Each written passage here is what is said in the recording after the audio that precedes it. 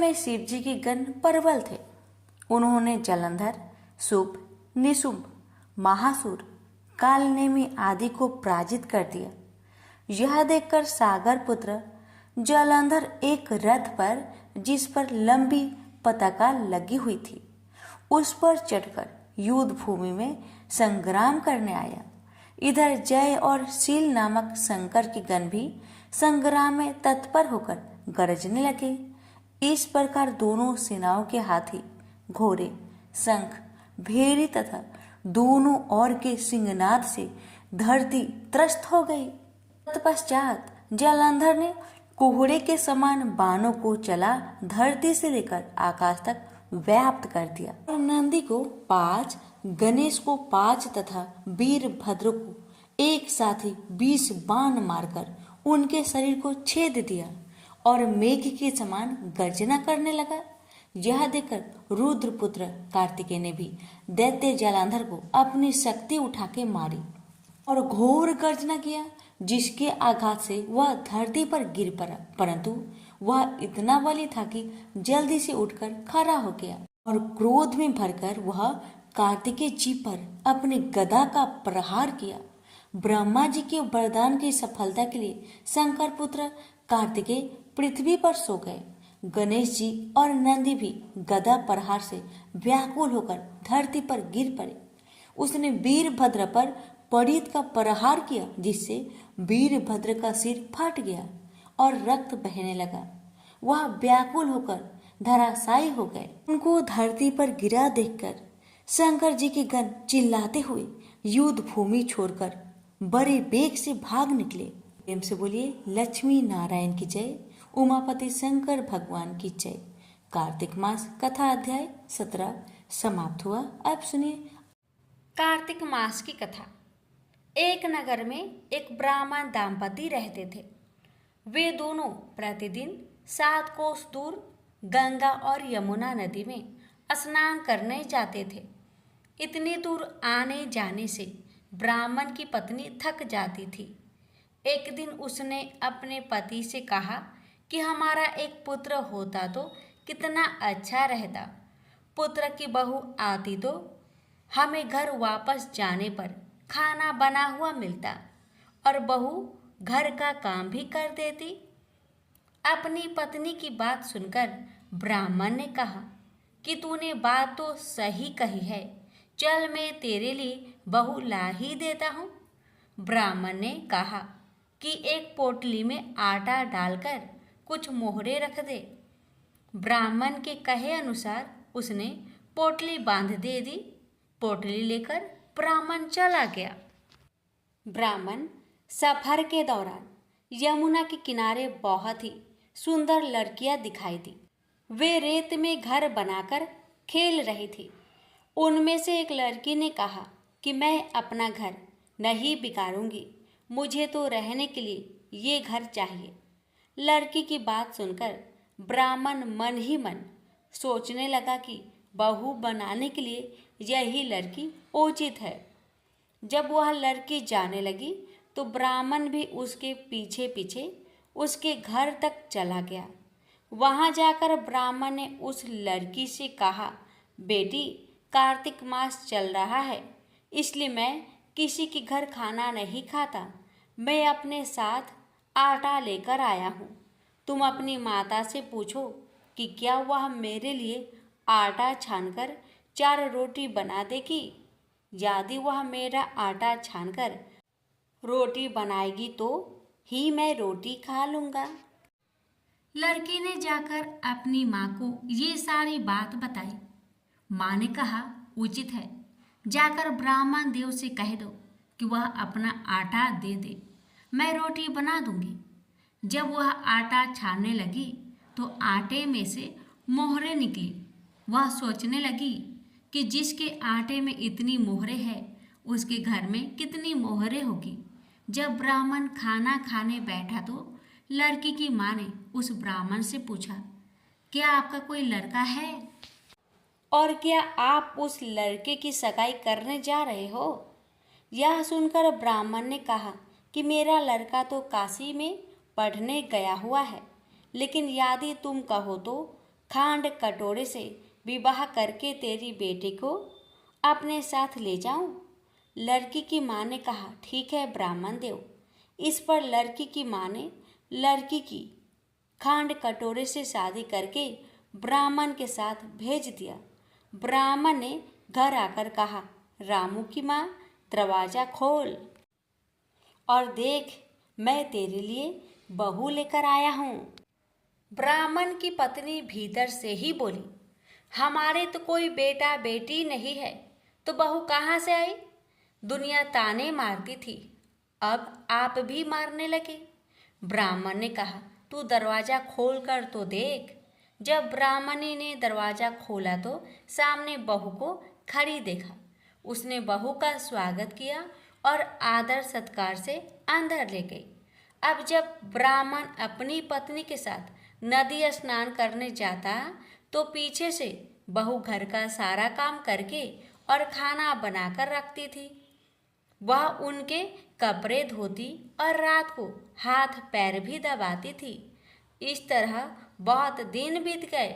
ब्राह्मणी ने अपनी बहू से कहा कि बहू, कभी भी चूल्हे की आग मत बुझने देना और मटके का पानी खत्म मत होने देना। परंतु एक दिन चूल्हे की आग बुझ गई। यह देखकर बहू घबरा गई और भागी भागी अपनी पड़ोसन के पास गई और कहा कि मेरे चूल्हे की आग बुझ गई है, मुझे थोड़ी आग चाहिए। मेरे सास ससुर सुबह 5 बजे से गए हुए हैं, वह थके हुए घर आएंगे, इसलिए मुझे उनके लिए खाना बनाना है। यह सुनकर पड़ोसन ने कहा कि तू तो बावली है, तुझे यह दोनों मिलकर पागल बना रहे हैं। इनके कोई पुत्र नहीं है, ये निसंतान है। बहू ने कहा, नहीं ऐसा मत बोलो, इनका बेटा तो बनारस काशी में पढ़ने गया हुआ है। इस पर पड़ोसन ने कहा कि यह तुझे झूठ बोलकर लाए हैं, मेरी बात सच मान, इनके कोई बेटा नहीं है। अब बहू पड़ोसन की बातों में आ गई और कहने लगी कि अब आप ही बताओ मैं क्या करूं। पड़ोसन ने कहा कि करना क्या है, जब तुम्हारे सास ससुर आए तो जली हुई रोटियां बनाकर देना और बिना नमक की दाल बनाकर देना। खीर की कलछी दाल में और दाल की कलछी खीर में डाल देना। पड़ोसन ने उसे अच्छे से सिखा पढ़ा दिया। फिर जब उसके सास ससुर घर आए तो उसने ना तो उनका आदर सत्कार किया, ना ही उनके कपड़े धोए। जब उसने सास ससुर को खाना दिया तो सास बोली, बहू आज यह रोटियां जली हुई क्यों हैं और दाल भी अलूनी है। तब बहू ने पलटकर कहा कि एक दिन ऐसा खाना खा लोगे तो कुछ बिगड़ नहीं जाएगा तुम्हारा। सास ससुर को खरी खोटी सुनाकर वह फिर से पड़ोसन के पास गई और बोली कि अब आगे क्या करना है। पड़ोसन ने कहा कि अब तुम सातों कोठों की चाबी मांग लेना। अगले दिन जब भी स्नान करने के लिए जाने लगी तो बहू अड़ गई कि मुझे तो सातों कोठों की चाबी चाहिए। तब ससुर ने कहा कि इसे चाबी दे दो। तब सास ने बहू को चाबी दे दी। सास ससुर के जाने के बाद जब बहू ने दरवाजे खोले तो देखा कि किसी में अन्न भरा है, किसी में धन भरा है और किसी कोठे में बर्तन पड़े हैं। जब उसने सबसे ऊपर का 7वां कोठा खोला तो देखा कि शिव जी, पार्वती माता, गणेश जी, लक्ष्मी माता, पीपल पथवारी, कार्तिक के ठाकुर, राई दामोदर, तुलसी जी का बिरवा, गंगा यमुना और 33 कोटि देवी देवता विराजमान है। वहीं पर एक लड़का चंदन की चौकी पर बैठा माला जप रहा है। यह सब देखकर उसने लड़के से पूछा कि तुम कौन हो। तब लड़का बोला कि मैं तेरा पति हूँ, अभी दरवाज़ा बंद कर दे, जब मेरे माता पिता आएंगे तब दरवाज़ा खोलना। यह देखकर बहू बहुत खुश हुई और 16 श्रृंगार कर सुंदर वस्त्र पहनकर अपने सास ससुर का इंतजार करने लगी। उसने अपने सास ससुर के लिए अच्छे अच्छे पकवान बनाए। जब उसके सास ससुर घर पर आए तो उसने उनका आदर सत्कार किया और प्रेम पूर्वक खाना खिलाया। और हाथ पैर दबाने लगी और पैर दबाते दबाते बहू ने कहा कि माँ, आप इतनी दूर गंगा यमुना स्नान करने के लिए जाती हो तो आप थक जाती हो, इसलिए आप घर पर ही स्नान क्यों नहीं करती हो। यह सुनकर सास कहने लगी कि बेटी, गंगा यमुना घर पर तो नहीं बहती है। तब उसने कहा, हाँ माँ जी, बहती है, चलो मैं आपको दिखाती हूँ। जब बहू ने 7वां कोठा खोलकर दिखाया तो उसमें शिव जी, पार्वती जी, गणेश जी, लक्ष्मी जी, पीपल पथवारी, कार्तिक के ठाकुर, राई दामोदर, तुलसी जी का बिरवा, गंगा यमुना बह रही है और 33 कोटि देवी देवता विराजमान हैं। वह चौकी पर बैठा एक लड़का माला जप रहा है। माँ ने उसे देखकर कहा कि बेटा, तू कौन है? लड़का बोला, माँ, मैं तेरा बेटा हूँ। तब ब्राह्मणी ने पूछा कि तू कहाँ से आया है? लड़के ने जवाब दिया कि मुझे कार्तिक के देव ने भेजा है। माँ ने कहा, बेटा, यह संसार कैसे मानेगा कि तू मेरा बेटा है? माँ ने कुछ विद्वान पंडितों से मदद मांगी। पंडितों ने कहा, इस पर बहू बेटा खड़े हो जाए और उस पर माँ खड़ी हो जाए। माँ ने चमड़े की अंगिया पहनी हो और छाती में से दूध की धार निकलकर बेटे की दाढ़ी मूछ भीगे और पवन पानी से गठजोड़ बंधे, तब मानेंगे कि यह इस माँ का ही बेटा है। उसने ऐसा ही किया। चमड़े की अंगिया फट गई और छाती में से दूध की धार निकलकर बेटे की दाढ़ी मूछ भीग गई। पवन पानी से बहू बेटे का गठजोड़ बंध गया। यह सब देखकर ब्राह्मण और उसकी पत्नी की खुशी का ठिकाना ना रहा। तो ये थी कार्तिक मास की कथा। हे कार्तिक के ठाकुर, जैसे ब्राह्मण और ब्राह्मणी को बहू बेटा दिया, वैसे सबको देना। कार्तिक मास की कथा कहने, सुनने और हुक्कारा भरने वाले सब पर अपनी कृपा सदा सर्वदा बनाए रखना। प्रेम से बोलिए कार्तिक के देवी देवता की जय। एक समय स्वर्ग लोक में सबसे बड़ा कौन के प्रश्न पर 9 ग्रहों में वाद विवाद हो गया। विवाद इतना बढ़ा कि परस्पर भयंकर युद्ध की स्थिति बन गई। निर्णय के लिए सभी देवता देवराज इंद्र के पास पहुंचे और बोले, हे देवराज, आपको निर्णय करना होगा कि हम में से सबसे बड़ा कौन है। देवताओं का प्रश्न सुनकर देवराज इंद्र उलझन में पड़ गए। इंद्र बोले, मैं इस प्रश्न का उत्तर देने में असमर्थ हूं। हम सभी पृथ्वी लोक में उज्जैनी नगरी में राजा विक्रमादित्य के पास चलते हैं। देवराज इंद्र सहित सभी ग्रह देवता उज्जैनी नगरी पहुंचे।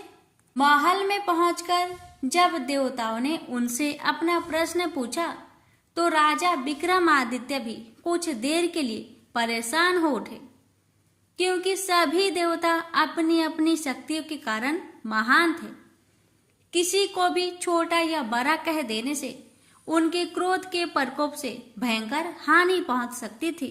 अचानक राजा विक्रमादित्य को एक उपाय सूझा और उन्होंने विभिन्न धातुओं, स्वर्ण, रजत, चांदी, कांसा, ताम्र यानी तांबा, सीसा, रांगा, जस्ता, अबरक व लोहे के 9 आसन बनवाए। धातुओं के गुणों के अनुसार सभी आसनों को एक दूसरे के पीछे रखवाकर उन्होंने देवताओं को अपने अपने सिंहासन पर बैठने के लिए कहा। देवताओं के बैठने के बाद राजा विक्रमादित्य ने कहा, आपका निर्णय तो स्वयं हो गया। जो सबसे पहले सिंहासन पर विराजमान है वही सबसे बड़ा है। राजा विक्रमादित्य के निर्णय को सुनकर शनि देवता ने सबसे पीछे आसन पर बैठने के कारण अपने को छोटा जानकर क्रोधित होकर कहा, राजा विक्रमादित्य, तुमने मुझे सबसे पीछे बैठाकर मेरा अपमान किया है। तुम मेरी शक्तियों से परिचित नहीं हो। मैं तुम्हारा सर्वनाश कर दूंगा। शनि ने कहा, सूर्य एक राशि पर 1 महीने चंद्रमा 2.25 दिन, मंगल 1.5 महीने, बुध और शुक्र 1 महीने, बृहस्पति 13 महीने रहते हैं। लेकिन मैं किसी राशि पर 7.5 वर्ष 7.5 तक रहता हूँ। बड़े बड़े देवताओं को मैंने अपने प्रकोप से पीड़ित किया है। राम को 7.5 के कारण ही वन में जाकर रहना पड़ा और रावण को 7.5 के कारण ही युद्ध में मृत्यु का शिकार बनना पड़ा। राजा, तू भी मेरे प्रकोप से नहीं बच सकेगा। इसके बाद अन्य ग्रहों के देवता तो प्रसन्नता के साथ चले गए, परंतु शनिदेव बड़े क्रोध के साथ वहां से विदा हुए। राजा विक्रमादित्य पहले की तरह ही न्याय करते रहे। अन्य राज्यों में सभी स्त्री पुरुष बहुत आनंद से जीवन यापन कर रहे थे। कुछ दिन ऐसे ही बीत गए। उधर शनि देवता अपने अपमान को भूले नहीं थे। विक्रम आदित्य से बदला लेने के लिए एक दिन शनिदेव ने घोड़े के व्यापारी का रूप धारण किया और बहुत से घोड़े के साथ उज्जैनी नगरी पहुंचे। राजा विक्रमादित्य ने राज्य में किसी घोड़े के व्यापारी की आने के समाचार सुना तो अपने अश्वपाल को कुछ घोड़े खरीदने के लिए भेजा। घोड़े बहुत कीमती थे। अश्वपाल ने जब वापस लौटकर इस संबंध में बताया तो राजा विक्रमादित्य ने स्वयं आकर एक सुंदर व शक्तिशाली घोड़े को पसंद किया। घोड़े की चाल देखने के लिए राजा उस घोड़े पर सवार हुए तो वह घोड़ा बिजली की गति से दौड़ पड़ा। तेजी से दौड़ता घोड़ा राजा को दूर एक जंगल में ले गया और फिर राजा को वहां गिराकर जंगल में कहीं गायब हो गया। राजा अपने नगर को लौटने के लिए जंगल में भटकने लगा, लेकिन उन्हें लौटने का कोई रास्ता नहीं मिला। राजा को भूख प्यास लगाई। बहुत घूमने पर उसे एक चरवाहा मिला। राजा ने उससे पानी मांगा। पानी पीकर राजा ने उस चरवाहे को अपनी अंगूठी दे दी।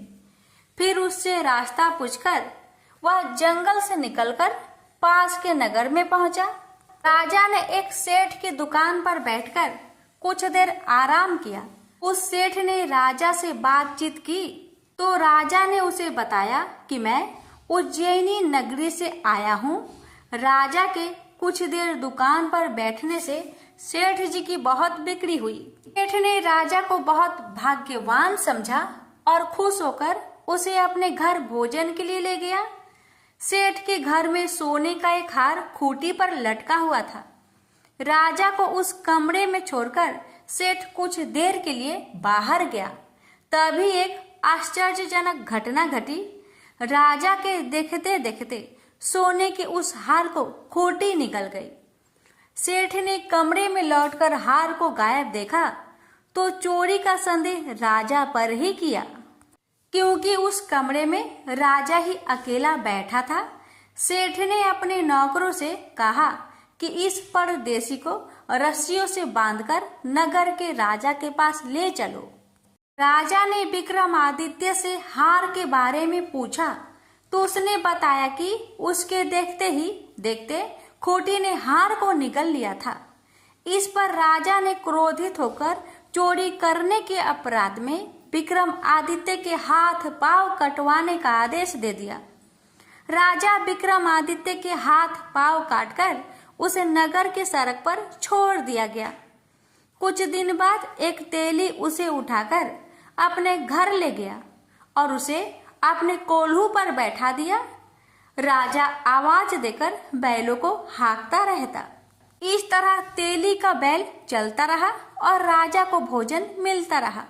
शनि के प्रकोप की 7.5 पूरी होने पर वर्षा ऋतु आरंभ हुई।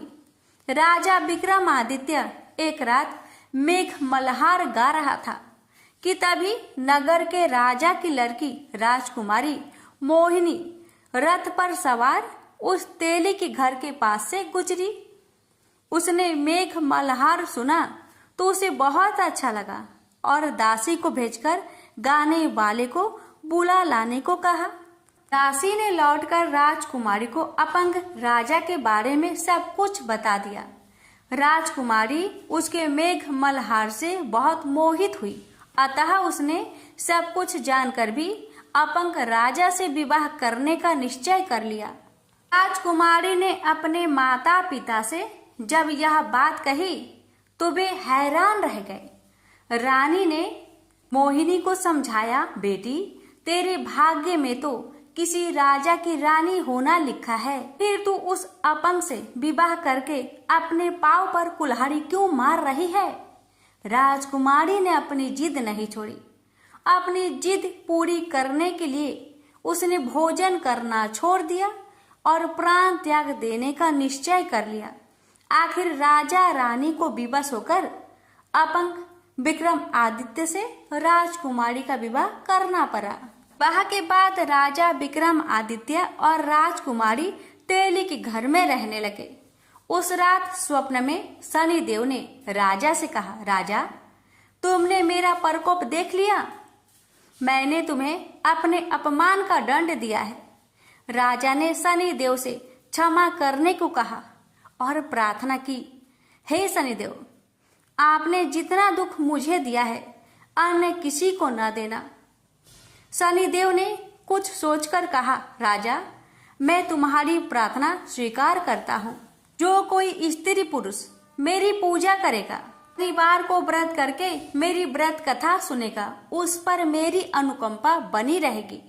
प्रातः काल राजा विक्रमादित्य की नींद खुली तो अपने हाथ पांव देखकर राजा को बहुत खुशी हुई। उसने मन ही मन शनिदेव को प्रणाम किया। राजकुमारी भी राजा के हाथ पांव सही सलामत देखकर आश्चर्य में डूब गई। राजा विक्रमादित्य ने अपना परिचय देते हुए शनिदेव के प्रकोप की सारी कहानी सुनाई। सेठ को जब इस बात का पता चला तो दौड़ता हुआ तेली के घर पहुंचा और राजा के चरणों में गिरकर क्षमा मांगने लगा।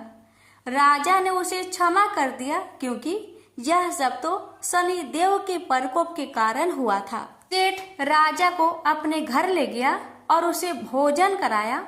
भोजन कराते समय वहां एक आश्चर्यजनक घटना घटी। सबके देखते देखते उस खूंटी ने हार उगल दिया। सेठ जी ने अपनी बेटी का विवाह भी राजा के साथ कर दिया और बहुत से स्वर्ण आभूषण धन आदि देकर राजा को विदा किया। राजा विक्रमादित्य राजकुमारी मोहिनी और सेठ की बेटी के साथ उज्जैनी पहुंचे तो नगर वासियों ने हर्ष से उनका स्वागत किया। अगले दिन राजा विक्रमादित्य ने पूरे राज्य में घोषणा कराई कि शनिदेव सब देवों में सर्वश्रेष्ठ है। प्रत्येक स्त्री पुरुष शनिवार को उनका व्रत करे और व्रत कथा अवश्य सुने। राजा विक्रमादित्य की घोषणा से शनिदेव बहुत प्रसन्न हुए।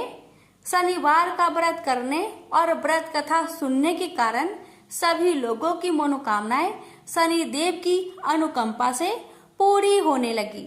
सभी लोग आनंद पूर्वक रहने लगे। प्रेम से बोलिए शनि महाराज की जय हो।